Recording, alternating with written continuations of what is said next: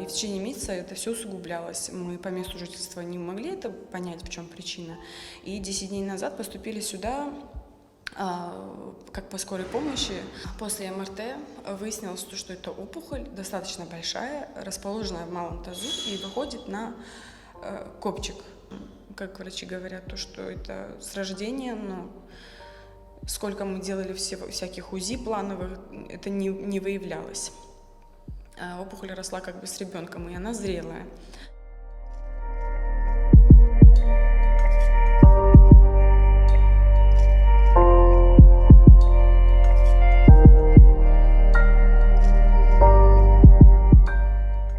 Берут анализы, обследования, наблюдают, симптомы прибавляются.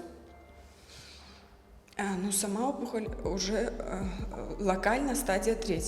А послезавтра у нас сделают КТ с контрастным веществом, и оно скажет, в какой стадии само заболевание.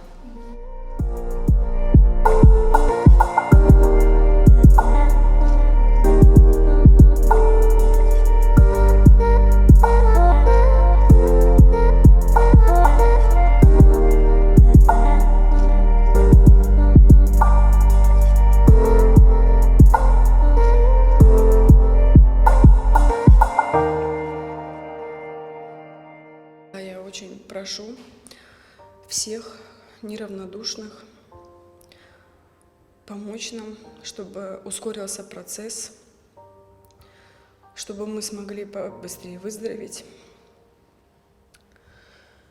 И заранее всех благодарю за поддержку, которая уже оказана.